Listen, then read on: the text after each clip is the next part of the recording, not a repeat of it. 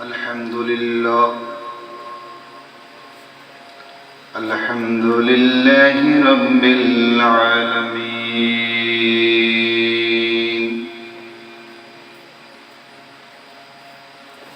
والعاقبة للمتقين والصلاة والسلام على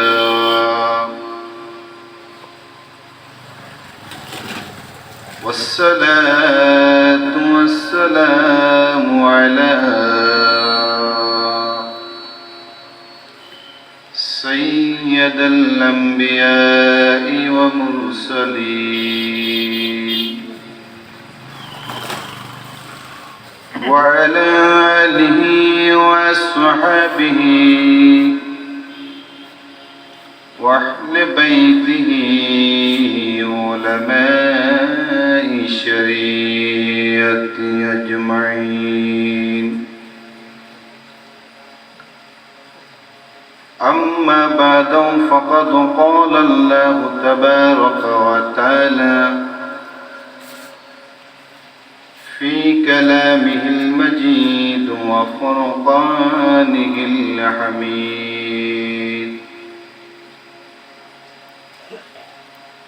إن الله وملائكته يصلون على النبي يا أيها الذين آمنوا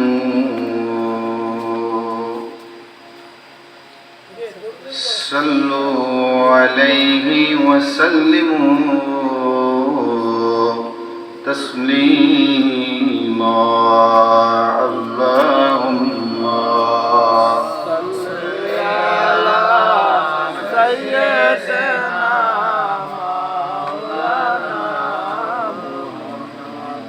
وعلى آل سيدنا.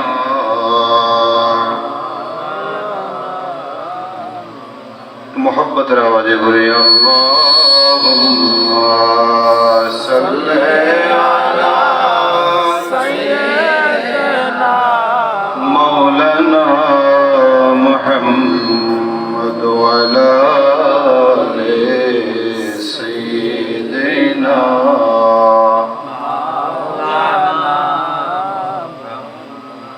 कफन रे कफन पड़ते হবে এই কাপড় থাকবে না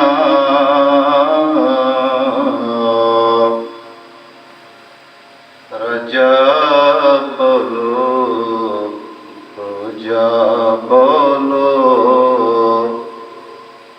अजरल के सर लेना.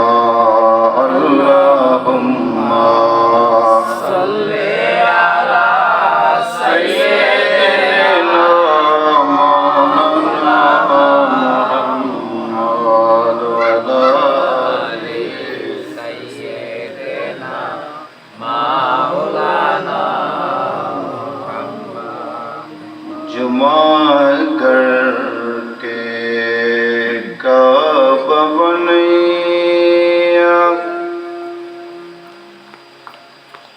देहरे करके मदीना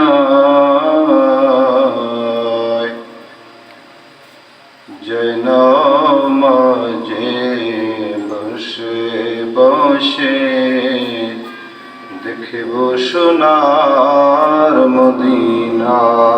अल्लाहुम्मा सल्ले अला सय्यिदना मौलाना मुहम्मद व अला आले सय्यिदना मौलाना. इच्छा कर ले दयाल नबी थकते पाते आरोश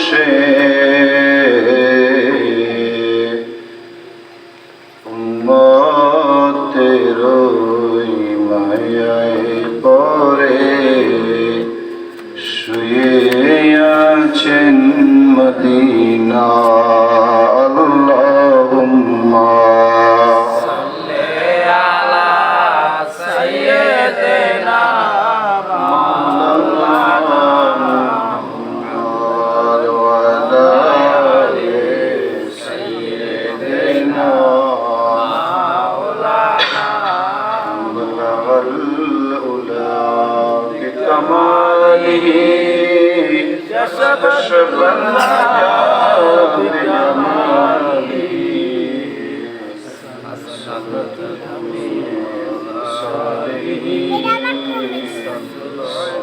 عليه وآله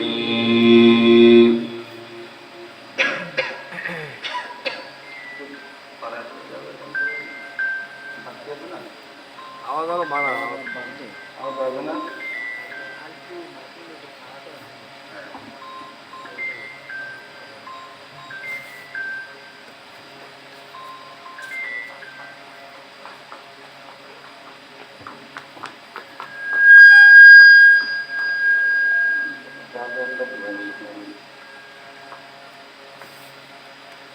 হযরত ইমাম হাসান হুসাইন রাদিয়াল্লাহু তাআলা আনহুমা স্মৃতিসংঘের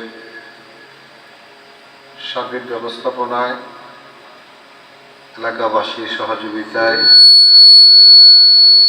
পবিত্র জশ্নে ঈদে মিলাদুন্নবী ও এলাকার সকল কবরবাসী ইসালে সব উপলক্ষে ৬ষ্ঠতম বার্ষিক ওয়াজ ও মিলাদ মাহফিলের সম্মানিত শ্রদ্ধাভাজন সভাপতি, বিশিষ্ট সমাজসেবক, শিক্ষানুরাগী, অত্র এলাকার সকলের সুপরিচিত চিরাখলা মৌলভীরহাট জামে মসজিদের সম্মানিত সভাপতি জনাব আব্দুর রব রাই সাহেব, অতীব দুঃখের বিষয়ে উনি অসুস্থ থাকার কারণে আমাদের মাঝে উপস্থিত হতে পারেনি। আল্লাহ পাক রব্বুল আলামিন ওনাকে শাফায়ে আজেলা দান করুক, সকল বলে আমিন। বড় মহব্বতের মানুষ, কারণ শুরু থেকে শেষ পর্যন্ত মাহফিলে বসে এবং একজন আল্লাহওয়ালা অলিভক্ত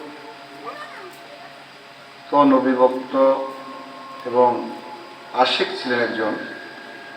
যাই হোক, আল্লাহ পাক রব্বুল আলামিন তার সকল খেদমতকে কবুল করুক, সকল আমিন। তা বিশেষ করে আজকের মাহফিলের সম্মানিত উদ্বোধক আহলে সুন্নাত ওয়াল জামাত বাংলাদেশের সম্মানিত প্রেসিডিয়াম সদস্য জনাব মাওলানা রিয়াজউদ্দিন ঢালী সাহেব এবং আজকের যিনি মাহফিলকে রওনা করবেন প্রধান আকর্ষণ, শুধু ঢাকা গাজীপুর থেকে আগত বাইতুল কুরআন ওয়ালিয়া মডেল মাদ্রাসার সম্মানিত প্রতিষ্ঠাতা পরিচালক হযরতুল হাস আল্লামা মুফতি আমিনুল ইসলাম ওয়ালি সাহেব, তিনি আমাদের মাঝে তশরিফ এনেছেন। আজকের মাহফিলের এতক্ষণ পর্যন্ত যিনি বাদে মাগরিব থেকে ঈশা পর্যন্ত কোরআন এবং হাদিসের আলোকে তাকরীর পেশ করেছেন, অত্র মসজিদের সম্মানিত খতিবে মুকাররম জনাব মাওলানা হাফেজ মোবারক আলী সাহেব এবং বিশেষ করে মঞ্চে উপস্থিত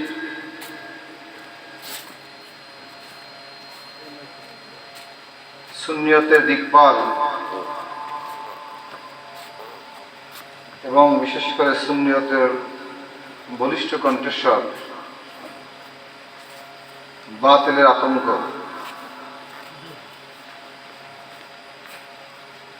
আপনাদের এই সুপরিচিত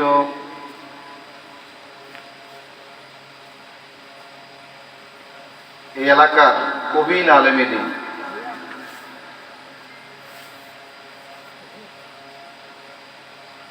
সৈয়দ আনিসুল উলুম সুন্নিয়া দাখিল মাদ্রাসা সম্মানিত সুপার হযরতুল হাস আল্লামা রেজাউল করিম সাহেব মাদ্রাজুল আলী, আল্লাহ পাক রব্বুল আলামিন তার হায়াতের ভিতরে বরকত দান করুন, সকল বলে আমিন।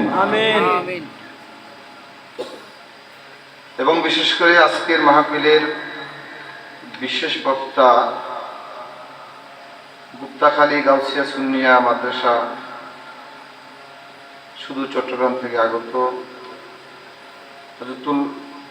হজরতুল মাওলানা আলী আহমদ আল কাদেরী সাহেব সহ অপরাপর হজরত মনসে তশরিফ ওলামায়ে হজরত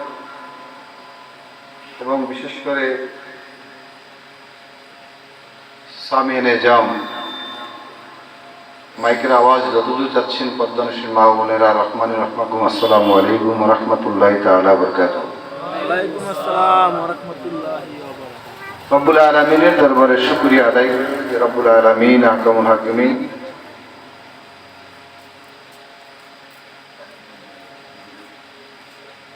যে আজকের এই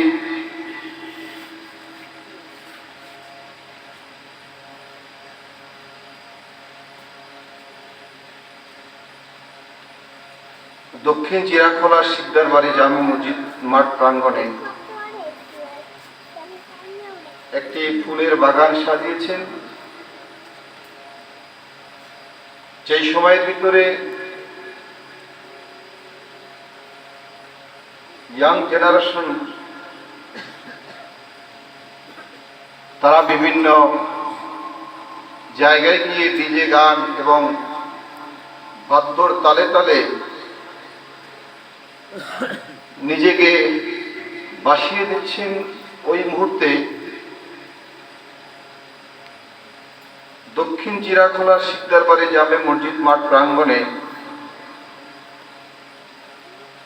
ইমাম হাসান এবং হুসাইন রাদিয়াল্লাহু তাআলা আনহুমা স্মৃতিসংঘের ব্যবস্থাপনায় এলাকাবাসীর সার্বিক সহযোগিতায় যে একটি সুন্দর ফুলের বাগান উপহার দিয়েছেন, এটি শুধু দক্ষিণ চিরাখোলা শিকদার বাড়ি জামে মসজিদের মাহফিল নয়, এটি সমগ্র চিরাখোলাবাসীর মাহফিল। যদি এই মাহফিলের মর্যাদা এবং মর্তবা যদি এলাকাবাসী বুঝতেন, তাহলে দ্বিধা দ্বন্দ্ব দূরে ঠেলে দিয়ে মাহফিলে উপস্থিত হয়ে মাহফিলকে শ্রবণ করতেন। হয়তো জানি না কেন আমার এলাকার যুব সমাজ থেকে শুরু করে অসংখ্য মুরব্বী গ্রাম যারা রয়েছেন তারা এখনো মাহফিলে আসে নাই।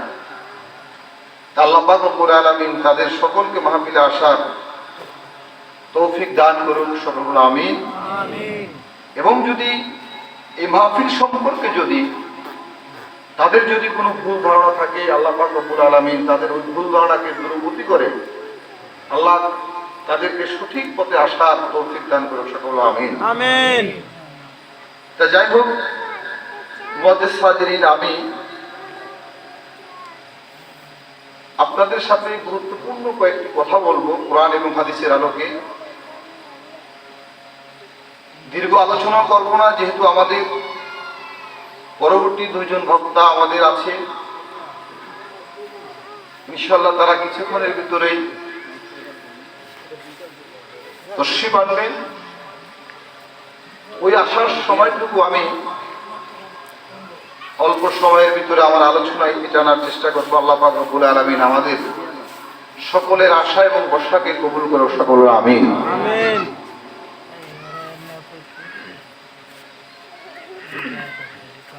আজকে এলাকাবাসী যারা,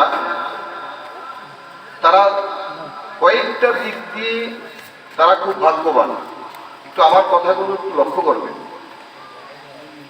হুজুর অনেক আমলের কথা বলেছেন, আপনাদেরকে জিকির করেছেন। এই কথাগুলো আপনাদের শ্রবণ করা দরকার, বোঝা দরকার। কারণ আমরা, এবং বিশেষ করে মাইকের আওয়াজ যতদূর যাচ্ছেন, আমি আমার সর্বস্তরের ভাইদেরকেও আমি বলবো, আপনারাও যদি মাহফিলে আসতে যদি আপনাদের লজ্জাবোধ হয়, আপনারা ওইগুলো মনোযোগ সহকারে যে যেখানে আছেন সেখান থেকে আপনারা শ্রবণ করবেন। এখানে দুইজন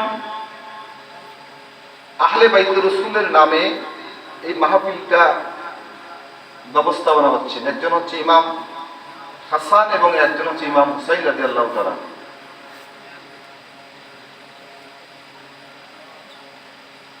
এই ইমাম হাসান এবং হুসাইন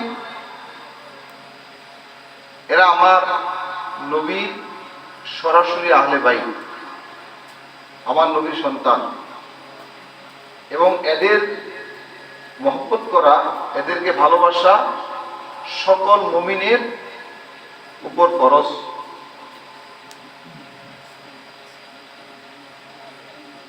সকল মুমিনের উপর এটা ফরজ তাদেরকে ভালোবাসা। তো রাসূল পাক সাল্লাল্লাহু আলাইহি সাল্লাম আজকে বিশেষ করে দেখেন যে সমস্ত ইয়াং জেনারেশন এই মাহফিলের ব্যবস্থা করেছে, আমি মনে করি তাদের মা বাবাও অনেক ভাগ্যবান। আল্লাহর নবী ইরশাদ করেছেন যে উম্মত, তোমার সন্তানকে তোমরা তিনটা জিনিস শিক্ষা দাও, তার ভিতরে এক নম্বর হচ্ছে তোমার নবীকে ভালোবাসার সে শিক্ষাটা তোমার সন্তানকে তোমরা দান করো। হযরত লোকমান আলাইহিস সালাম তার সন্তানকে বসে বসে কিছু তরবিয়ত দিয়েছিলেন, কিছু আদব শিক্ষা দিয়েছিলেন যে ইয়া বুনাইয়া লা তুশরিক, আল্লাহর সাথে কাউকে শরীক করো না, মা বাবার খেদমত করো, পৃথিবীর লা তামশি ফিল আরদি মারহান, পৃথিবীতে উদ্ধতভাবে গর্ব সহিত পৃথিবীতে অহংকার করে তুমি পৃথিবীতে চলাফেরা করো না। এটা লোকমান আলাইহিস সালাম তার পুত্রকে বসে বসে এই শিক্ষাগুলো দিয়েছিলেন। আল্লাহর কাছে বড়ই ভালো লেগেছেন। আল্লাহ পাক রব্বুল আলামিন পবিত্র কালামে পাকের ভিতরে সূরা লোকমানের ভিতরে এই আয়াতগুলো কি করেছেন, লিপিবদ্ধ করে দিয়েছেন। সুবহানাল্লাহ, সুবহানাল্লাহ। এখন আমরা যদি সে চিন্তা করি, কয়জন মা বাবা আছে তার সন্তানকে সঠিক শিক্ষাটা দিচ্ছেন। আজকে যারা এই ইমাম হুসাইন ইমাম হাসান হুসাইন রাদিয়াল্লাহু তাআলা আনহুর ব্যবস্থাপনায় যে সমস্ত ইয়াং জেনারেশন যারা এই মাহফিলের ব্যবস্থা করেছে, আমি বলবো শুধু তারাই ভাগ্যবান নয়, সাথে সাথে তার মা বাবাও কি ভাগ্যবান। সুবহানাল্লাহ, সুবহানাল্লাহ। রাসূল পাক সাল্লাল্লাহু আলাইহি সাল্লাম বলেছেন, তোমার নবীর প্রতি তোমার সন্তানকে মহব্বত শিক্ষা দাও। রাসূলের প্রতি মহব্বত এটা তো ঈমানের পূর্বশর্ত। কুল ইন কুনতুম তুহিব্বুনাল্লাহ ফাত্তাবিউনি ইউহিব্বুকুমুল্লাহ। আল্লাহ পাক রব্বুল আলামিন বলছেন যে হাবিব, আপনি বলে দিন আপনার উম্মতকে যে আমাকে যদি পেতে চায় তাহলে আপনার মাধ্যমে, আপনার ভালোবাসার মাধ্যমেই আমাকে পাবে। আচ্ছা, এখন বলুন আল্লাহ কয়জন? একজন। একটু কথা বলবেন। আমি ওয়াজ করবো না, আমি জাস্ট আপনাদের সাথে আলোচনা করব। আপনারা আমাকে একটু রিপ্লাই দিবেন। ওয়াজ ইনশাআল্লাহ আমাদের হুজুর ওয়াজ অনেক সুন্দর তকরির করেছেন, সামনে তারাও আসবে, তারা ওয়াজ করবে। আমি কিছু আলোচনা করবো, আপনারা এগুলো বোঝার চেষ্টা করুন। আল্লাহ কয়জন? একজন। রাসূল কয়জন? একজন। কাবা এক। মদিনা এক। কোনো দ্বৈত নাই? না, নাই। নামাজ কয় ওয়াক্ত? পাঁচ ওয়াক্ত। এটা কার জন্য? আল্লাহর জন্য। নামাজ আল্লাহর জন্য।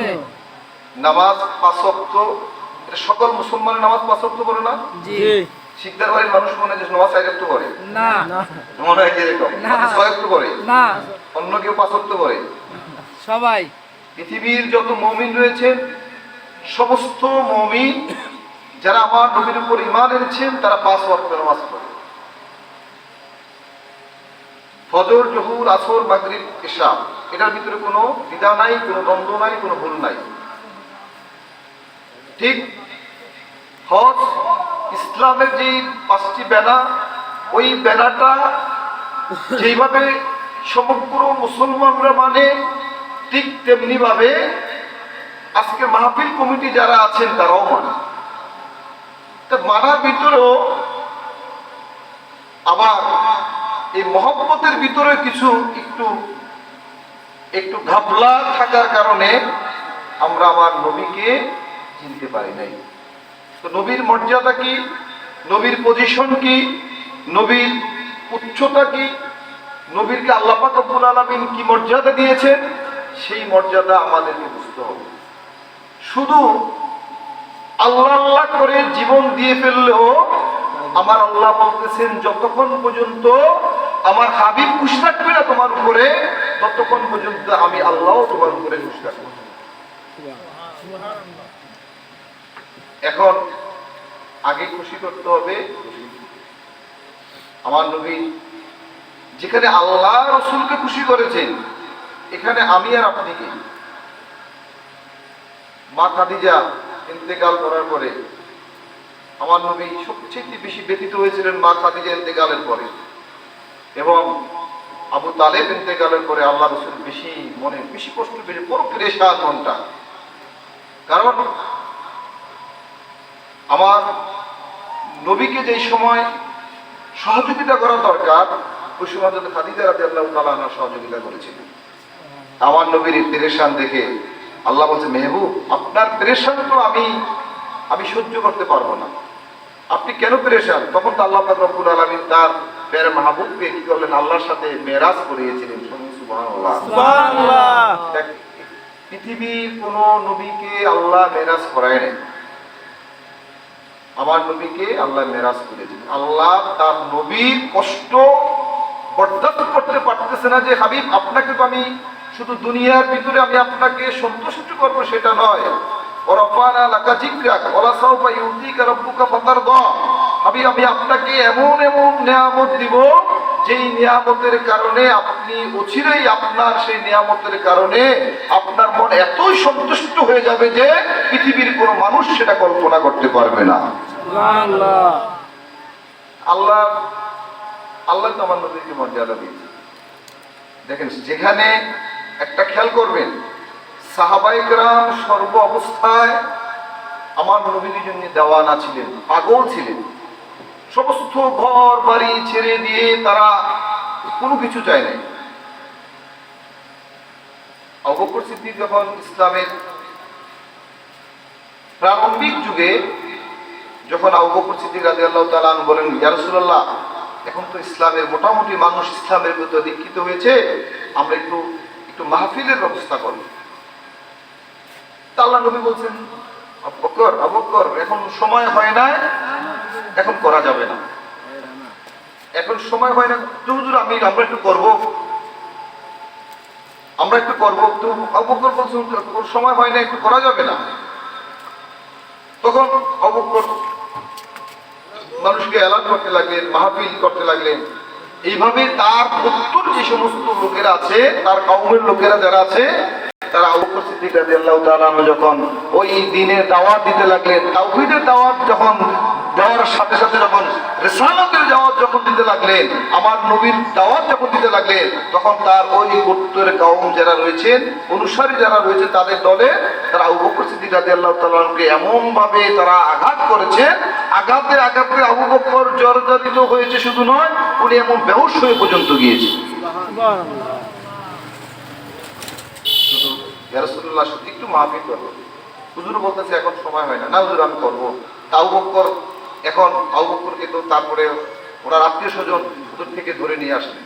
এখন মাঝে মধ্যে দেখেন না, মাইক দিলে আত্মীয় স্বজন ধরে নিয়ে আসে, ধরা আনার পরে আমরা তো বলবো, আমরা যদি হইতাম তাহলে বলবো ওকে আমি দেখাই ছাড়বো, ও আমাকে মাথা ফাটিয়ে দিয়েছে, ও আমাকে রক্তাক্ত করেছে, ও আমাকে লাঞ্ছিত করেছে, ও আমাকে অপমান করেছে, অপদস্থ করেছে। আমি যদি একটু সুস্থ হই তাহলে মুখ দিয়ে তো গালাগালি দিয়ে শুরু করে বলবো যে আমি তাকে দেখাচ্ছি। আবু বকর সিদ্দিক রাদিয়াল্লাহু তাআলা আনহু কি বললেন যে ইয়া রাসূলুল্লাহ, আমার যখন সুস্থ হলেন আবু বকর সিদ্দিক রাদিয়াল্লাহু তাআলা আম্মা জান বলেন, তুমি খানা খাও, সুস্থ হও, খাবার খাও। বলেন আমি খাবার খাবো না। তা আমার নবীর কি অবস্থা? তখন বলছেন তুমি খাবার খাও, আমি খাবার খাবো না যতক্ষণ পর্যন্ত আমার নবীকে আমার দু চোখকে আমি দেখবো না, ততক্ষণ পর্যন্ত আমি সিদ্দিক আকবর আমি খাবার গ্রহণ করবো না। চল সুবহানাল্লাহ। সুবহানাল্লাহ। সুস্থ শরীর নিয়েও রাসূলের মহব্বত সিদ্দিক। তা সিদ্দিক আকবর কে? পৃথিবীর সর্বশ্রেষ্ঠ আফজালুন নাস বাদাল আম্বিয়া, সমস্ত পয়গম্বর যারা রয়েছে নবীদের পরে যার স্থান তিনি হচ্ছেন সিদ্দিক আকবর রাদিয়াল্লাহু তাআলা। আবু বকর সিদ্দিক, সে আবু বকর সিদ্দিক, আবু বকর সিদ্দিকের থেকে প্রেম কি আমাদের বেশি? হ্যাঁ, আবু বকর সিদ্দিক তো তাহলে আল্লাহ আল্লাহ করতেন, আবু বকর সিদ্দিক তো নবী নবী করেছেন। ইয়া রাসূলুল্লাহ আমার কাছে তিনটি জিনিস মহব্বত, তার ভিতরে একটি জিনিস হচ্ছে ইয়া রাসূলুল্লাহ আপনার চেহারা মোবারকের দিকে তাকিয়ে থাকা আমি আমি আবু বকরের কাছে 1 নম্বরের মহব্বত। চলো সুবহানাল্লাহ। সুবহানাল্লাহ। আমার নবীর চেয়ে হুজুর আমি আর কিছু চাই না, আমি শুধু আপনার চেহারা মোবারকের দিকে তাকিয়ে থাকা, আমি আবু বকরের ভালোবাসায়। হুজুর আমার আরেকটা ভালোবাসা আছে, আমার কন্যা কিন্তু আপনার কাছে দিতে পারি, তাহলে এটা 2 নম্বর আমার মহব্বত, ভালোবাসা। আবু বকর তো রাসূল পাক সাল্লাল্লাহু আলাইহি ওয়াসাল্লামের চেহারা মোবারকের দিকে শুধু তাকিয়ে থাকেন। সাহাবায়ে কেরাম তো এক দৃষ্টিতে অপলকভাবে আমার নবীর দিকে তাকিয়ে থাকতেন। তারা তো বিন্দু পরিমাণ বলে নাই তো আমার নবীকে ছেড়ে তো তারা যায় নাই, তারা তো ওখানে আল্লাহ আল্লাহ জিকির করে না। আমার নবীর সাহাবায়ে কেরামকে তালিম তরবিয়ত দিয়েছেন, কিন্তু আমার সাহাবায়ে কেরাম ইয়া রাসূলুল্লাহ আপনার মহব্বত ছাড়া আমরা কোনো কিছু করি না। আজকে দেখেন সাহাবায়ে কেরাম মহব্বত, হুজুরের মহব্বত বুঝছে বিদায় সাহাবায়ে কেরাম হুজুরকে মহব্বত করেছেন। আমরা যদি ভাষা আন্দোলন থেকে শুরু করি, এখানে অনেকে ভাষা আন্দোলনের আমার মুরব্বীরা থাকতে পারে, আমরা যখন দেশ ভাষা আন্দোলন করেছি আমরা অনেক খুশি হয়েছি। কারণ ওই পাকিস্তানরা আমাদের মুখের ভাষা কেড়ে নিতে চেয়েছিলেন। যখন আমরা একটা স্বাধীন বাংলাদেশ তখনও হয় নাই, আমরা ভাষার জন্য একটা যুদ্ধ করে আমরা রক্ত দিয়ে আমরা ভাষা পেয়েছি, আমাদের অনেক খুশি। সেই ভাষাটা আমরা কিয়ামত পর্যন্ত পালন করব। বাংলাদেশ যতদিন থাকবে ততদিন পালন, বাংলাদেশ শেষ হয়ে গেলে হবে না দিদি।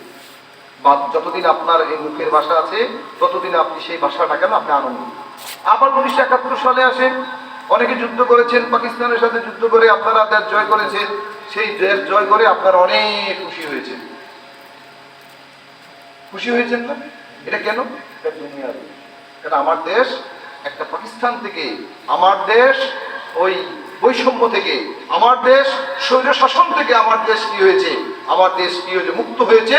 আমরা সেই খুশি, আমরা বিজয় উদযাপন করেছি। আবার সাথে সাথে যদি একবার রিসেন্টলি যারা দেখেছেন, আমরা 52 দেখি নাই, আমরা 71 দেখি নাই, আমরা যারা এই যে 24-এর আমরা যে আগস্টে আমরা দেখেছি, 5ই আগস্টে আমরা যারা দেখেছি, তারা আমরা একটা বিশাল একটা উল্লাস করি, যেভাবে উল্লাস করার সেইভাবে উল্লাস করেছি। কেন? আমরা একটা এই ফেসিস্ট থেকে আমরা কি হয়েছি, একটা মুক্ত হয়েছি, একটা জালিম থেকে আমরা মুক্ত হয়েছি। এটা সকলের মনের ভাষা। শুধু আপনি একটা দেশ থেকে একটা মানুষ থেকে মুক্ত হওয়ার কারণে আপনার খুশি মিষ্টি বিতরণের আপনার কোনো শেষ নাই। আর সাহাবায়ে কেরাম তো আমার নবী একটা কালাম বলেছেন, আমার নবী একটা শুধু কথা বলেছেন, আল মারউ মাআ মান আহাব্বা। এই আমার সাহাবায়ে কেরাম তোমরা শোনো, বুখারী শরীফ হাদিস, আমার সাহাবায়ে কেরাম শোনো, আমি নবীকে তোমরা দুনিয়া যার সাথে তোমাদের মহব্বত, যার সাথে তোমাদের ভালোবাসা, ময়দানে মাহশর তার সাথে তোমার কি হবে, হাসর হবে। উচ্চারণ সুবহানাল্লাহ। সুবহানাল্লাহ। শুধু বলছে আল মারউ মাআ মান আহাব্বা। সাহাবায়ে কেরামকে এই কথা বলার পরে আপনারা কি 71-এর স্বাধীনতা আপনারা খুশি হয়েছেন? আপনারা কি 5ই আগস্টের খুশি হয়েছেন? আপনারা কি ভাষা আন্দোলনের খুশি হয়েছেন? আপনারা কি 66-র আপনারা 6 দফা আন্দোলন এইভাবে খুশি হয়েছেন? সাহাবায়ে কেরাম তো খুশিয়ে আত্মহারা হয়ে, এক এক সাহাবায়ে কেরাম ওরা আনন্দে উদ্ভাসিত হয়ে ওরা কি করতেছেন, নাচতেছেন। মানে মক্কা বিজয়ে যেভাবে খুশি হয়েছেন তার চেয়েও বেশি খুশি হয়েছেন আমার নবী শুধু এই কালামটা বলার কারণে। সুবহানাল্লাহ। সাহাবায়ে কেরাম বলছে আমাদের জীবনের সমস্ত পাওনা আমরা পেয়ে গেছি, আমাদের জীবনের আর পাওনার দরকার নাই। কারণ আমার নবীর জওয়ানে পাকে কষ্ট নিয়েছে, আমরা তো আমার নবীকে মহব্বত করেছি, আমরা তো আমার নবীকে ভালোবেসেছি। তা আমার নবী যখন জওয়ানে পাকে কষ্ট দিয়েছে, দুনিয়ার ভিতরে যে যাকে ভালোবাসবে ময়দানে মাহশরের ভিতরে তার হাসর হবে, তা আমরা তো নবীকে ভালোবাসি, যাক আমাদের হাসরটা নবীর সাথে হয়ে যাবে। সুবহানাল্লাহ। সাহাবায়ে কেরাম নবীর প্রতি, সাহাবায়ে কেরামের মহব্বত, নবীর প্রতি সাহাবায়ে কেরামের কি ভালোবাসা ছিল।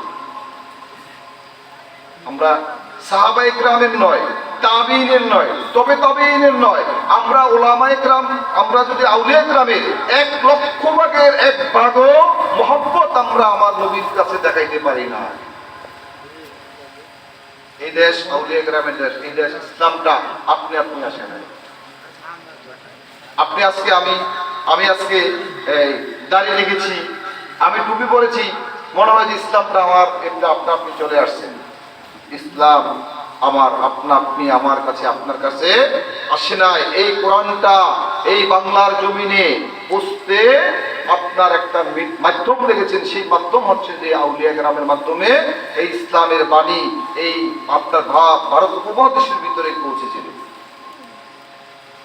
আপনারা খাজা গরিবের নওয়াজের নাম শুনেছেন, অনেকে তো এটা নিয়ে এখন টল করতেছে। যাক আল্লাহ তাদেরকে বুঝার তৌফিক দান করুন। যার জন্য হয়তো বলতেছে মোল্লা সিন্নি খাইলে, যা তুমি সিন্নি খাইলে যার জন্য তুমি মোল্লা চিনলা না। আজ আজকে তুমি যার জন্য তুমি মুসলমান হয়েছো, যার জন্য তুমি পাগড়ি পরেছো, যার জন্য তুমি টুপি পরেছো, যার জন্য তুমি ফতোয়া দিচ্ছ, তুমি তাকেই চিনতেছো না, আর তুমি তাকে নিয়ে তুমি বিভিন্ন ভাবে তুমি টল করতেছো। যখন তার পীরে মুর্শিদ ওসমান হারুনি যখন তাকে ওই মক্কা মদিনায় নিয়ে গিয়েছিলেন, বলছে তুমি সালাম দাও। সালাম দেওয়ার পরে ওই মদিনা থেকে আমার নবীর রওজা থেকে আওয়াজ আসছে, অর্থাৎ তুমি যাও, কোথায় যাও? ও হিন্দুস্তানের জমিনে তুমি চলে যাও। সেটা আমি তো হিন্দুস্তানের জমিনে চিনি না। এখন তো ছেলেমেয়েরা তো বড় অ্যাডভান্স, এখন আপনার গুগল ম্যাপ আছে, মোবাইলের সাথে সাথে টাচ দেওয়ার সাথে সাথে গুগল ম্যাপে বলে দিবে আপনার চিড়িয়াখানা কোথায়। সে ঢাকা বসলে সে চিড়িয়াখানার সে খবর জানে। তখন বলছে গুগল ম্যাপের তো কোনো, আমি কিভাবে যাব? আপনি যান।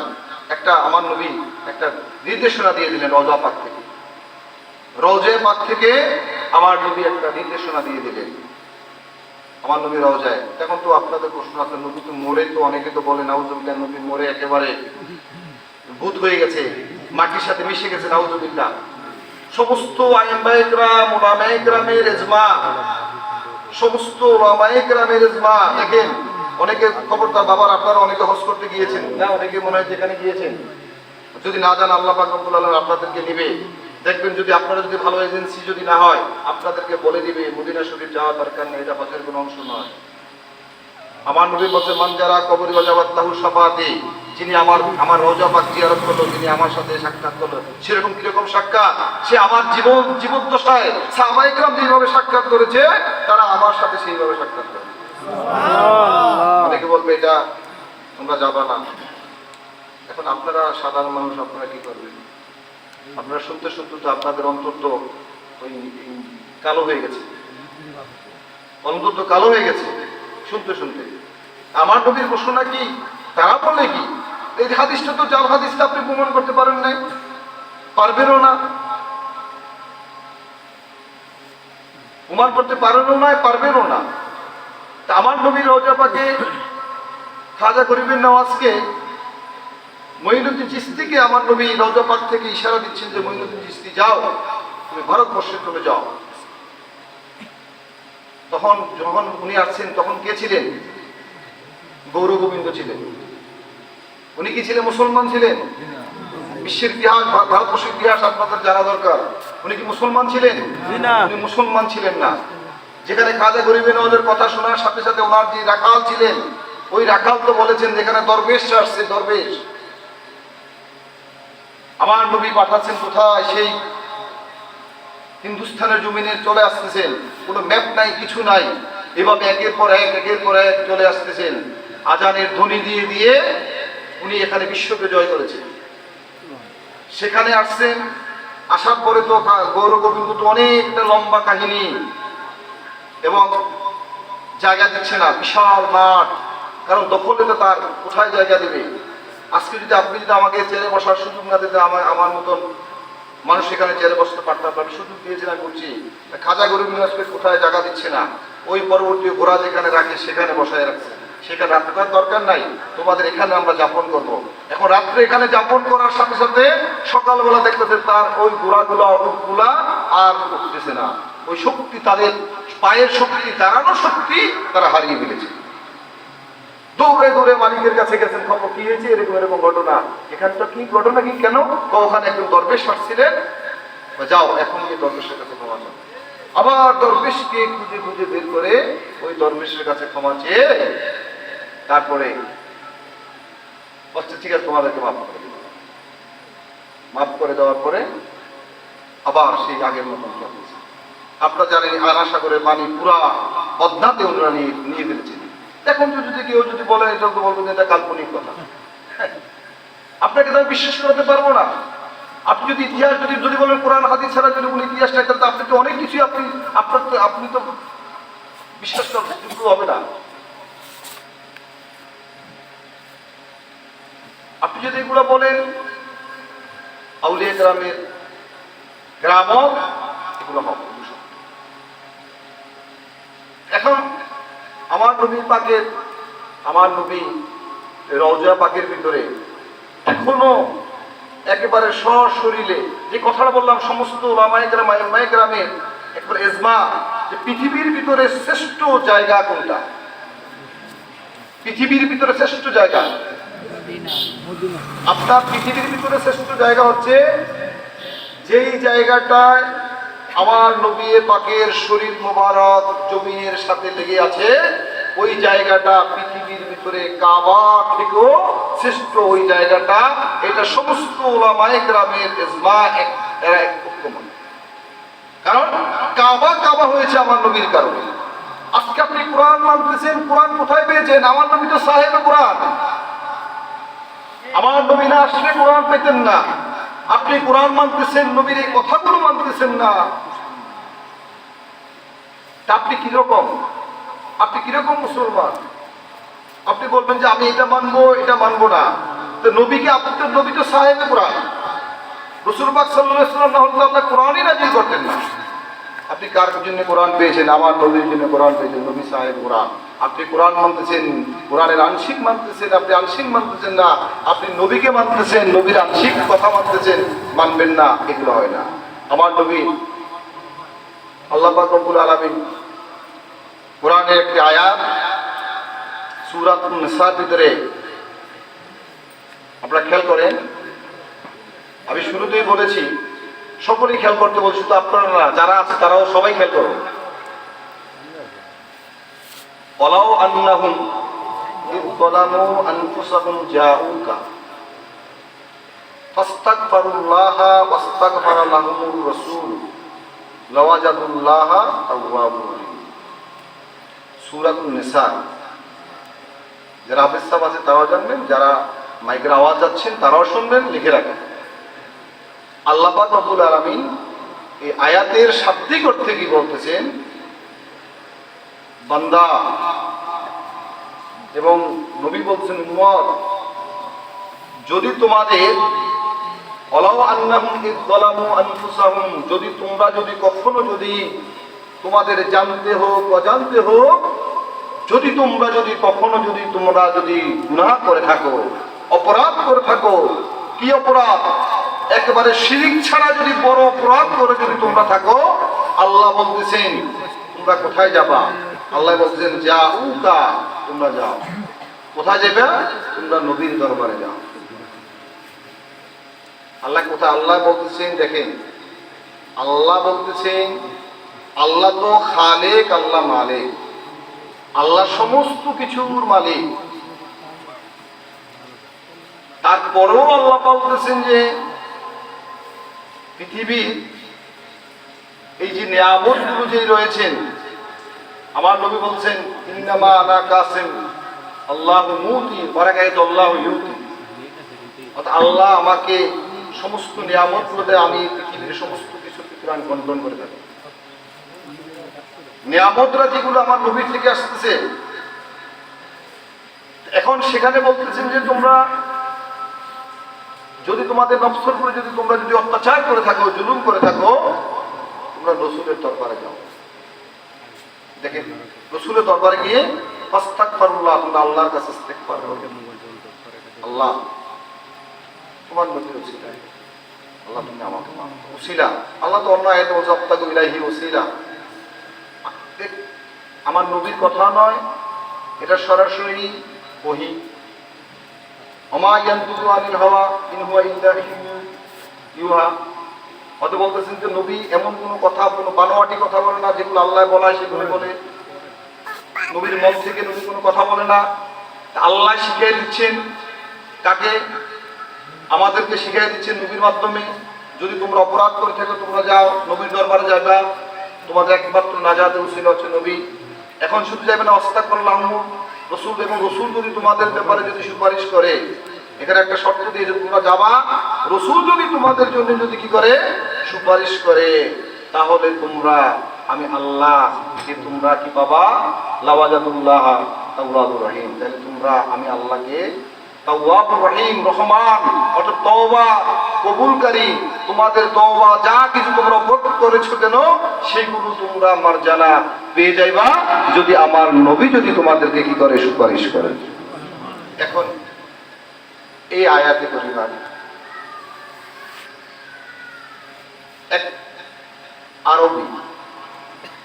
এক আরবি উনি জানে না যে রাসূলুল্লাহ সাল্লাল্লাহু আলাইহি সাল্লাম ইন্তেকাল করেছেন, শুনেছেন পরে। উনি আসছেন, রাসূল দাফন হয়ে গিয়েছে। খেয়াল করবেন কথা, রাসূল দাফন হয়ে গিয়েছে। ওই গ্রামের আরবি গ্রাম থেকে রাসূলের দরবারে এসে দেখতেছেন যে রাসূল দাফন হয়ে গিয়েছে। এখন ওনার এই দাফন হওয়ার পরে উনি নিজে নিজে একটা অপরাধ করে ফেলেছেন। উনি বলতেছেন যে তখন উনি রাসূল পাক সাল্লাল্লাহু আলাইহি ওয়াসাল্লামের রওজা, এখন তো মনে করেন আপনার খুব প্রোটেকশন দেওয়া আছে, তখন তো শুরুতে তো এরকম ছিল না।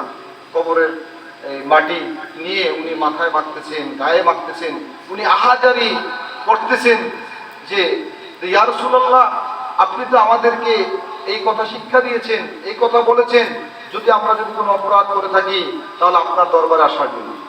আপনার দরবারে আসলে আল্লাহ তো আমাদের গুনাহগুলো মাফ করে দেন। ইয়া রাসূলুল্লাহ, এখন তো আপনি তো দুনিয়ার থেকে চলে গিয়েছেন, আমরা আপনার দরবারে আসছি, পাগল করা হয়ে গেছি। ইয়া রাসূলুল্লাহ, আমি অপরাধ করেছি, আমার বড় অপরাধ হয়ে গেছে। ইয়া রাসূলুল্লাহ, আপনার কাছে সাহায্য চাই, আপনি যদি আমাদেরকে যদি একটু দয়া করেন, আল্লাহর কাছে যদি আপনি যদি আমাদের ব্যাপারে সুপারিশ করেন, তাহলে আমার অপরাধগুলো কি হবে মানজানা হবে, আমার অপরাধগুলো ক্ষমাযোগ্য হবে, না হয় আমার অপরাধগুলো ক্ষমাযোগ্য হবে। এইভাবে উনি রাহাজারি করতেছে, আর্তনাদ করতেছে, উনি চিৎকার করতেছে, মাটি পুরা মাথায় এরকম মাখতে মাখতে এরকম একদিন, 2 দিন, 3 দিন যাওয়ার পরে রওজা পাক থেকে আমার নবী ওই লোকটাকে যখন চলে যাচ্ছেন, ওই লোকটাকে ডাক দিয়ে বলতেছে, হে গ্রাম্য আরব, যাও যাও, আল্লাহ পাক রব্বুল আলামিন তোমার সমস্ত গুনাহগুলো মাফ করে দিয়েছেন। সুবহানাল্লাহ। সুবহানাল্লাহ। আমার নবী এখনো রওজা পাকের ভিতরে, আমার নবী। এখন সেই জন্যে আল্লাহ পাক রব্বুল আলামিন কোরআনে তো এগুলো এতগুলো শিক্ষা দিয়েছেন, সেই শিক্ষাগুলো এখন আপনাকে আমাকে তো যদি এই যদি আমরা না রসুলের প্রতি আপনার এত মহব্বত কেন, সাহাবায়ে কেরামের এত ভালোবাসা কেন, আপনি কোথায় গেলে মাপ পাবেন, কোথায় গেলে আপনি আজাদ পাবেন, কোথায় গেলে আপনি পরিত্রাণ পাবেন, সেই বিষয়গুলো আগে আপনাকে জেনে নিতে হবে। যদি এটা যদি আপনি যদি জানতে না পারেন, তাহলে আপনার আমার জন্য বিপদ ছাড়া আর কোনো কথা নেই। যেখানে সাহাবায়ে কেরাম, বললাম তো সাহাবায়ে কেরাম রাসূল পাক সাল্লাল্লাহু আলাইহি সাল্লামের জন্য একেবারে দেওয়ানা ছিলেন, পাগল ছিলেন। আপনার উজুর পানি গুনাহ, যে আমরা যে উজু করি, উজুর পানিগুলো আপনার গুনাহ জড়ে, গুনাহ। এই পানি দিয়ে আপনি কোনো পাক সাফ হতে পারেন। আমার নবীর একবারে নখ মোবারক থেকে মাথার চুল পর্যন্ত আমার নবীর সবগুলো পাক। আমার নবীর পেশাব মোবারক পাক, আমার নবীর থুতু মোবারক পাক, আমার নবীর রক্ত মোবারক, এটাও কিছু সাহাবাদের জন্য আমার নবীর রক্ত মোবারক পাক। আমার নবীর আপাত মস্তক আমার নবীর তো পাক। আমার নবীর তো আপনার আমার তো সমস্ত কিছু না পাক, আমার কিছু না পাক। মুসলমানদের চিন্তা আমার নবীর জন্য তো সাহাবায়ে কেরাম উজুর পানি শরীরে মাখতে মাখতে একবার শেষ করে ফেলেছে। এই যে আপনার থুতু মোবারক, আপনার নাকের শিং মোবারক সাহাবায়ে কেরাম হাত পেতে নিয়েছেন, এগুলো তো হাদিস শরীফে আছে। সাহাবায়ে কেরাম হাত পেতে বসে আছে, হুজুর আমাকে একটু দেন না, হুজুর মালিশ এরকম বলে তো মালিশ বলে তোমার হুজুর এটা মহব্বত। দেখবেন সাহাবায়ে কেরামের রোগ ভালো হয়ে গেছে। আপনার উজুর পানি আমার উজুর পানি তো না পাক, আপনার উজুর পানি আমি উজুর পানি দিয়ে তো কোনো পাক খাওয়া যাবে না। সেখানে আমার নবীর উপরে তো না, আমার নবীর কোনো আমার নবীর ব্যাপারে, আল্লাহ নবীর ব্যাপারে কোনো উকিলে কাল নাই, কোনো প্রশ্ন নাই। এখানে নবী বেমিসাল, আল্লাহ পাক রব্বুল আলামিন আলহামদুলিল্লাহি রাব্বিল আলামিন, ঠিক আমার নবী ওমা আরসালনাকা ইল্লা রাহমাতুল লিল আলামিন। আল্লাহ সমস্ত, দেখেন অনেকে বিশ্ব নবী, আমার নবী দুনিয়ার নবী নয়, ওমা আরসালনাকা ইল্লা রাহমাতাল লিল আলামিন বলেছেন। আমার নবী সমগ্র সৃষ্টির নবী, আমার নবী সমগ্র সৃষ্টির নবী। এখানে শুধু আমার নবী বিশ্বের নয়, একটা শুধু গোটা দুনিয়ার নবী আমার নবী নয়। যারা আমার নবীকে বিশ্ব নবী বলে তাদের দৃষ্টিতে আমার নবী বিশ্ব নবী, কিন্তু আহলে সুন্নাত ওয়াল জামাত যারা আসে তাদের জন্য আমার নবী কুল কায়নাতের নবী। আমার নবী কুল কায়নাতের নবী। যেখানে সিদরাতুল মুনতাহা জিবরাইল আমিন গিয়ে যেখানে স্টপ হয়ে গিয়েছেন, সেখানে আমার নবী সেখান থেকে চলা শুরু করেছেন। মেরাজের রাতে যেখান থেকে জিবরাইল আমিন স্টপ, জিবরাইল আমিনকে বলতেছেন ভাই একটু আগাও না। জিবরাইল বলতেছে আমার এই পাওয়ার নাই, ক্ষমতা নাই, শক্তি নাই, আমি যদি একটি কদম আমি যদি ওখানে দেই তাহলে আমি তো জিবরাইল শেষ হয়ে যাব। সেখান থেকে আমার নবী রফরফে করে আমার নবী একবারে এলাহির সাথে দেখা করেছে, প্রভুর সাথে দেখা করেছে। শুধু প্রভুর সাথে দেখা করে না সেটা নয়, একবার প্রভু সুম্মা দানা ফাতাদাল্লাহ বলা হয়েছে, সুম্মা দানা ফাতাদাল্লাহ। এমন ভাবে একটা ধনুকের ভিতরে আল্লাহ এবং তার নবী তারা এমন ভাবে কিছু কথাবার্তা বলেছেন, শুধু কথাবার্তা নেই, আমাদের জন্য কিছু জিনিস উপহারও দিয়ে গেছে। সুবহানাল্লাহ। রাইতু রাব্বি বি আহসানি সূরাতি। আমার নবী বলতেছে আমি আমার প্রভুকে এত সুন্দর সুরতে দেখেছি, কল্পনাতীত। আমার নবীকে তো আল্লাহ স্পেশাল ভাবে আমার উম্মতের জন্য 5 ওয়াক্ত নামাজ দিয়েছে। এটা স্পেশাল ভাবে আমার নবী 5 ওয়াক্ত নামাজ আমার নবীকে স্পেশাল ভাবে। এই 5 ওয়াক্ত নামাজ যারা উম্মতেরা পড়বে তারা তো 50 ওয়াক্ত নামাজে জম। যেখানে এখানে আপনি বেমেসাল, সেটা বলছে বেমেসাল।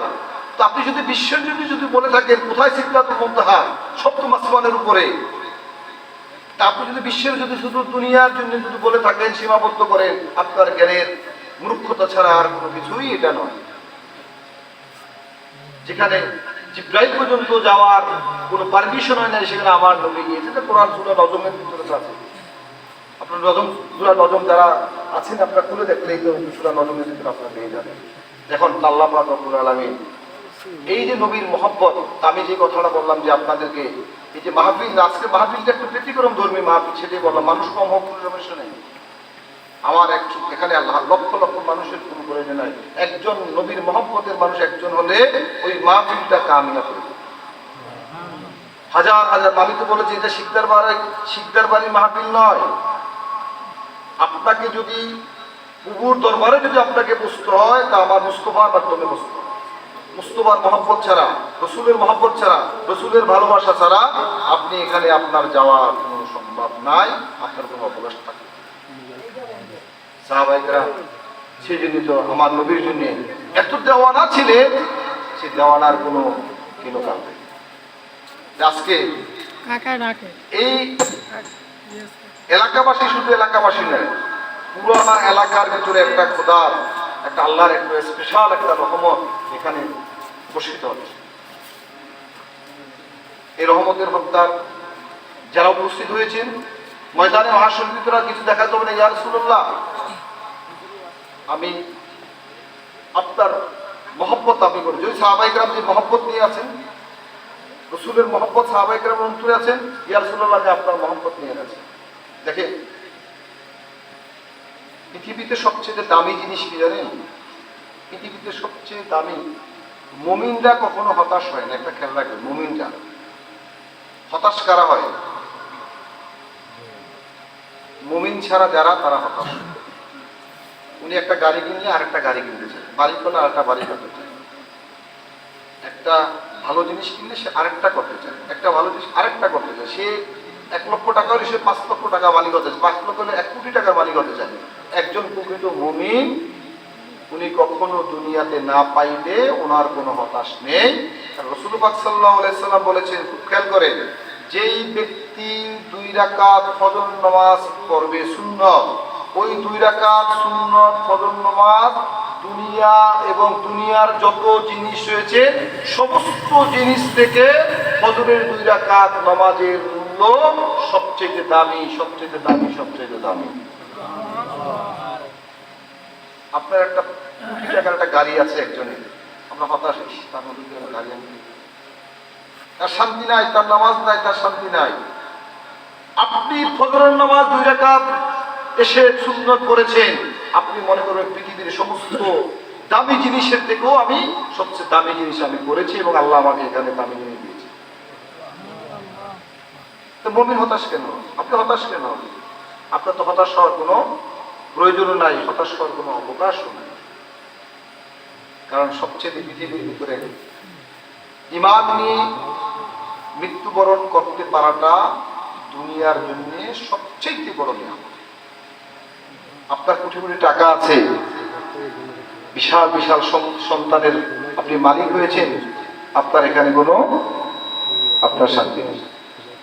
আপনি যদি সঠিকভাবে যদি ঈমান নিয়ে যদি আপনি যদি যেতে পারেন, তাহলেই বুঝবেন যে আপনি একজন আল্লাহর খাঁটি বান্দা। আর না হয় আপনার আযাব কিভাবে আপনি ভোগ করবেন সেটা আল্লাহ পাক ছাড়া কেউ জানে। সাহাবায়ে আল্লাহ নবী সাহাবী হযরত আলকামা রাদিয়াল্লাহু তাআলা সাকারাত চলতেছে, সাহাবা সাথী সাহাবী ওনার সাকারাত চলতেছে। সাকারাত তো এটা আরেক বড় কঠিন, আরো বড় কঠিন। চলো এখানে চলে আসি, এটা তো আরো বড় কঠিন। যিনি এটা সাকারাতে পড়েছেন এটা তিনি জানেন। এখন ওনার ওয়াইফ রাসূল পাক সাল্লাল্লাহু আলাইহি ওয়াসাল্লামের দরবারে খবর দিলেন যে ইয়া রাসূলুল্লাহ, আলকামার অনেক সাকারাত চলছে।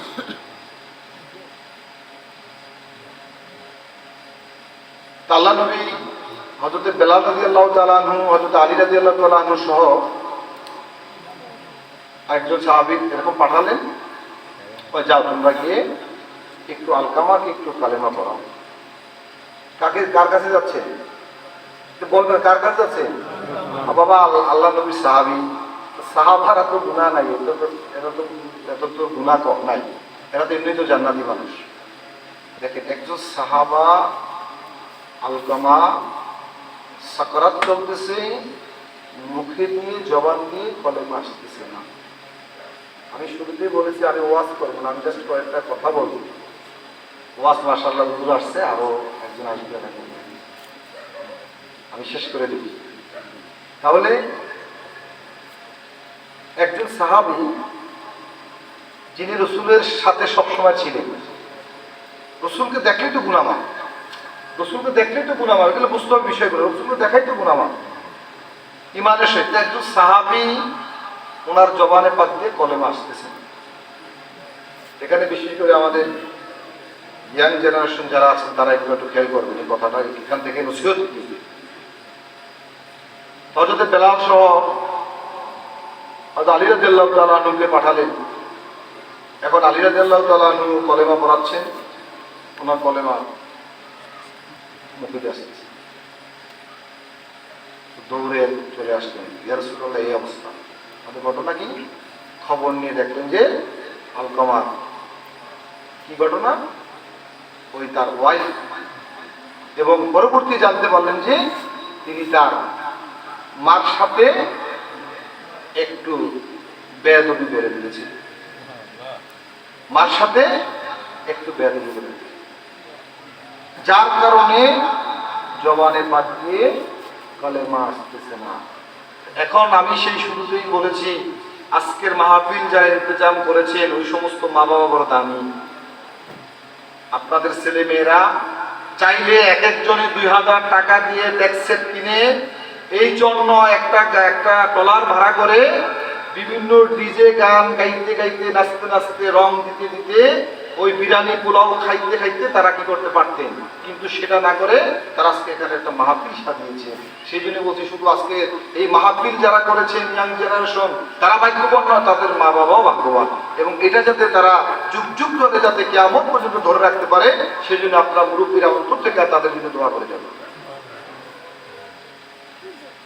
তখন আমার নবী ওই আলকামার মাটি দিয়ে ধরলেন, ধরার পরে এটা অনেক লম্বা কথা, ধরার পরে বললেন কি কি হয়তো তুমি তোমার ছেলে তো এরকম করতে পারতেছে না, এখন আমরা সিদ্ধান্ত নিয়েছি হয়তো তুমি তোমার ছেলেকে মাফ করবা, না হয় তোমার ছেলেকে আমরা আগুনে পুড়ে ফেলব। তখন আলকামার মা তো এখন অনেক সন্তান মার খবর নেয় না, অনেক সময় দুঃখ লাগে। ওই কিছুদিন আগে একজন মিডিয়াতে দেখেছি যে বাবা বলতেছেন আমি নিঃস্ব হয়ে, বলতে প্রত্যেক বাবাকে আমরা অনুরোধ করতেছি আপনারা নিঃস্ব হয়ে আপনাদের ছেলে মেয়েকে আপনারা মানুষ করাবেন না, সম্পূর্ণ নিঃস্ব হয়ে আপনারা আপনার ছেলে মেয়েকে মানুষ করাবেন না। এটা কারণটা কি? ওই যে শুরুতে বলেছেন, আমার নবী বলেছেন উম্মত তোমার সন্তানকে রাসূলের প্রতি মহব্বত করো, শিখাও, আহলে বাইত রাসূলের প্রতি মহব্বত শিখাও, তোমার সন্তানকে কোরআন পড়ো, কোরআনমুখী করো, কোরআন সুন্নাহর আলোকে তোমার সন্তানকে জীবন গঠন করার জন্য তুমি তাকিদ দাও। আজকে মা বাবার সেই রাসূলের মহব্বত তাদের অন্তরে না দেওয়ার কারণে, সাহাবায়ে কেরামের মহব্বত তাদের অন্তরে না দেওয়ার কারণে, আহলে বাইত রাসূলের মহব্বত তাদের অন্তরে না দেওয়ার কারণে আজকে মা বাবার সাথে ওই সন্তানটা কি করে বেয়াদবি করে। এখন তো এদিকে সব মানে ফতোয়া সব একবার বেদাত বলে শেষ করে দিচ্ছে। এখানে আপনি বলবেন সব বেদাত, ইউটিউবে গেলে এটা বেদাত, ওইটা বেদাত, এটা এখন এই যে কিছুদিন আগে শুনলাম যে এখন বলে নগদ টাকায় বলে ইয়া দিতে পারবে না, ফিতরা দেওয়া যাবে না। এখন ভাইরাল বক্তারা, বড় বড় মুক্তিরা এখানে ফেসবুকে ইউটিউবে এরা লাগে, এখান থেকে আপনারা সাধারণ মানুষ এখন বলবেন হুজুর আমরা কোথায় যাব, সমস্ত কিছুগুলো একবার বিকৃত করে দিচ্ছি। এক সময় দেখে মা বাবার কদম কুচি করে এটা তো সুন্নত রাসূল, সেখানে এখন বলতেছে মা বাবার কদম কুচি করবে এটা শিরিক। বাবা তুমি কোথায় পাইলা শিরিক দেখাতে? ফতোয়া দিতে পারবা? ফতোয়া দিতে পারবে না, দলিল দিতে পারবে না। মা বাবার কদম কুচি করা শিরিক। আজকে ছেলেমেয়েরা মা বাবার কদম কুচি থেকে ভুলে গিয়েছে, তো ছেলেমেয়েরা আদব কোথা থেকে শিখবে? বাবার সাথে যে হ্যান্ডশক করে, কেমন আছো তুমি? বাবার সাথে হ্যান্ডশক করে তুমি কেমন আছো? তো কোথার থেকে হবে? আপনি তো মোবাইলে, ইউটিউবে, ফেসবুকে তো আপনি তো মা বাবাকে কদম কুচি করাতে আপনাকে এখানে তো নাজায়েজ ফতোয়া দিয়ে দিচ্ছেন, বেদাত দিচ্ছেন, শিরকের ফতোয়া দিয়ে দিচ্ছেন। আপনার ছেলে মেয়েকে কিভাবে মানুষ হবে? ইসলাম থেকে তো আপনি তো দূরে সরিয়ে নিয়ে যাচ্ছেন। কেন শিরিক হবে? মাথা, আরে বাবা মাথা নিচু হচ্ছে, তুমি কাজ করতে গেলে তোমার মাথা নিচু হচ্ছে না? তুমি যদি শিরিক যদি না বোঝো, তুমি বেদাত যদি না বোঝো, তুমি ফতোয়া কেন করবে শিরিক আর বেদাতের ফতোয়া? আজকে সেই সুন্নত থেকে আপনাকে দূরে সরিয়ে রাখতেছে। আপনি জানেন যারা সুন্নত নিয়ে পালাবাড়ি করে তারা ঠিক মতো সুন্নতটা মূল্য করে না। বড় দুঃখের বিষয়, এগুলো বলতে গেলে বলবেন আপনি এগুলো অনেক, আমরা এখন দেখি আমাদের চোখের সামনে সবকিছু বাস্তবে দেখতেছি, কিন্তু এখন সাধারণ মানুষ আপনারা, আমি শুরুতে বলছি আপনারা কোথায় যাবেন, আপনারা কোন দিকে যাবেন? আজকে এরকম কেন? বৃদ্ধ অবস্থায় মা বাবা বৃদ্ধাশ্রমে কেন? ওই যে আপনার ওই যে বলতেছে এখন ছেলেরা সালামও দেয় না, সালাম দেয়ও না, বাবাও ছেলেকে সালাম দেয় না, ছেলেও বাবাকে সালাম দেয় না, আর দিল সর্বে ইসলামে সালামটা আসসালামু আলাইকুম অনেকে বলতো না, সাকুম করে বেশি লিখে ফেলে। হ্যাঁ, সাকুম। আপনি আপনার ছেলে ফজরে উঠেছে কিনা সেটা আপনাকে খবর নিতে হবে, কোরআনমুখী করতে হবে। আপনাকে আপনার এই সুন্নতগুলা, যে সমস্ত সুন্নতগুলা আমাদের ফতোয়ার কারণে হারিয়ে যাচ্ছে, সেগুলো আবার সমাজের ভিতরে এস্টাবলিশ করতে হবে, প্রতিষ্ঠিত করতে হবে। তাইলে দেখবেন যে আপনার সন্তানের প্রতি আপনার সন্তুষ্ট থাকবে, আপনার সন্তানও আপনাকে লালন পালন করবে। আলকামার একজন সাহাবী সামান্য মার মনে কষ্ট দিয়েছেন, তখন আমার নবী বলতেছেন, ওই আলকামার মা বলতেছেন আমি আমার ছেলেকে মাফ করে দিলাম। যখন মা এই কথা বললেন তখন ওই আলকামা উনি কালেমা পড়ে উনি কি করেছেন, উনি ওই শাহাদাতের সুতা পান করতে পেরেছেন। এখন এই যে বললাম, তো সেই জন্য আমি এই কথাগুলা যে আবারও বললাম যে আপনারা আপনাদের সন্তানকে সঠিক শিক্ষা দিতে পেরেছেন বিধায় আজকে তারা ইমাম হাসান হুসাইনের ফাউন্ডেশন, হাসান হুসাইনের স্মৃতিসংঘের ব্যবস্থাপনায় তারা এই সুন্দর নুরানি মাহফিল তারা আপনাদেরকে এলাকাবাসীকে উপহার দিতে পেরেছে। যদি আপনারা যদি নবীর মহব্বত যদি আপনার সন্তানকে দিতে না পারতেন, আহলে বাইত রাসূলের মহব্বত যদি দিতে না পারতেন, আপনার সন্তানকে যদি কোরআন শিক্ষা দিতে যদি না পারতেন, তাহলে এরকম এই মাহফিল হতেন না, তার পরিবর্তে অন্য কিছু আরো ব্যবস্থা। এখন অনেকে তো মনে করে এটা সিদ্ধার লাগে মাহফিল, অনেকে আসে না। মনে হয় যে এখানে কোরআন হাদিসেও শিকদার বাড়ির জন্য আল্লাহ কোরআন হাদিস আর একটা নাজিল করেছে। মনে হয় যে শিকদার বাড়ি, এটা হচ্ছে হিংসা। তা আপনি যদি এত বড় তাকওয়াবান হই, আমি একজন মুসলমান আরেকজন মুসলমানকে আমি কেন হিংসা করব? আমার নবী ময়দানে মাহশরের ভিতরে হাউজে কাউসারের পানি আমার নবীর হাতে সবাই পান করবে। হাউজে কাউসারের মালিক আমার নবী হবে, ইন্না আতাইনা কাল কাউসার। আমার নবী সবাইকে চিনবে। কিছু লোককে যারা আমার নবীকেও চিনবে, কিছু লোক আমার নবী তাকে চিনবে। আবার কিছু লোক হাউজে কাউসারের পানি পান করতে গেলে এরকম একটা পদ্মা হয়ে যাবে। তো বলবে ফেরেশতারা বলবে, হুজুর এগুলা কারা? এইগুলা কারা জানেন? ওগুলা ওই মিশকাত শরীফে হাদিস আছে, ওগুলা কারা জানেন? তো এগুলো হচ্ছে যে ওই যে সমাজের ভিতরে কিছু মানুষ আসলে ফিতনা, শুধু ফতোয়া দিয়েছেন, ফিতনা বাসা সৃষ্টি করেছেন, এই সমস্ত মানুষগুলোর জন্য আজকে হাউজে কাউসারের পানি নাই। মিশকাত শরীফে হাদিস। আল্লাহ পাক রব্বুল আলামিন কিছু আল্লাহ ওই যে উম্মতকে, কিছু আল্লাহর মহব্বতের মানুষকে দায়ীকে বলবে যে যাও, তোমাদের জন্য আজকে কিছু নাই। তোমরা রসুলের প্রতি যখন মহব্বত করেছো, রসুলের প্রতি তোমাদের যখন প্রেম ছিল, রসুলের প্রতি যদি তোমাদের ভালোবাসা, তোমরা বিনা হিসাবে তোমরা পার হয়ে যাবে। সেটা সবসময় আর কিছু করেন আর না করেন, এক নম্বরে রসুলের উপরে মহব্বত। এই মহব্বত অন্তর থেকে যদি আপনার যদি বিচ্ছুতি হয়ে যায়, তাহলে মনে করেন আপনি মিসগাইড হয়ে গিয়েছেন। রসুলের মহব্বত একমাত্র অন্তরে খাঁটি নিয়াত, খাঁটিতে একবারে মানে ওই কুষ্টি পাথরের মধ্যে 100% খাঁটিতে আপনার রসুলের মহব্বত রাখবেন। আহলে বাইত রসুলকে ভালোবাসবেন, আউলিয়া কেরামকে ভালোবাসবেন, সাথে সাথে হক্কাত রব্বানি উলামায়ে কেরামের প্রতি মহব্বত রাখবেন। তাহলে দেখবেন যে আপনার ইন্তেকালের সময় আপনার চেহারা মোবারক নূরে নুরানিত হয়ে যাবে। আল্লাহ জিকিরের পাশাপাশি রসুলের জিকির দুরূদ করে। রাসূল পাক সাল্লাল্লাহু আলাইহি ওয়াসাল্লাম বলছেন, আমার দুরূদ করে যারাই যা চাইবে আমি তাই দেব। পৃথিবীর একটা দোয়া কোনো মিস নাই, যেটা হচ্ছে রসুলের দুরূদ। আল্লাহ নবীর উপরে দুরূদ করে আপনি যেই দোয়াই চাইবেন, আল্লাহ পাক রব্বুল আলামিন আপনার সেই দোয়া কবুল করবেন।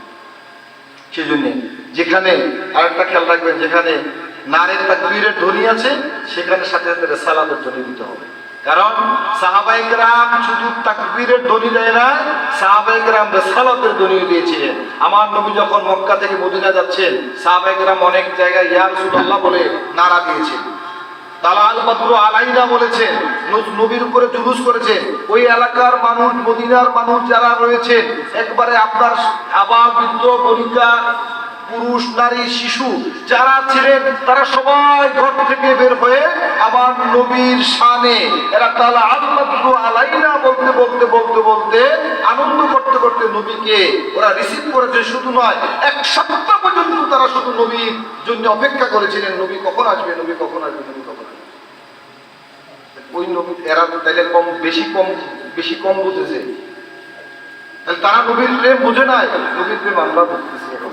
এরা তাহলে ওই সাহাবায়ে কেরাম তাহলে সবগুলো বেদাত করেছে, আর আমরা এখন যা করি সব দাবি করি। আল্লাহ পাক রব্বুল আলামিন আমাদের সকলকে বুঝার তৌফিক দান করুন, সকল আমিন। আলহামদুলিল্লাহি রাব্বিল আলামিন। আসসালামু আলাইকুম ওয়া রাহমাতুল্লাহি ওয়া বারাকাতুহু। আলহামদুলিল্লাহ।